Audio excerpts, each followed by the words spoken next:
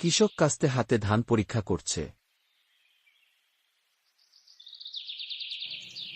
আজ ধান কাটা শুরু করব, ফসল একদম পেকে গেছে, যাই তাড়াতাড়ি ধানগুলো কেটে ফেলি। ছেলেটা যে কোথায় গেল? পাশ থেকে ছোট ছেলে খেলে আসছে।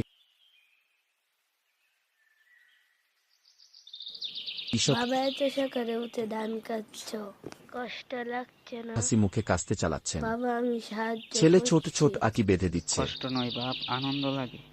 এই ফসল তো আমরা সবাই খাই।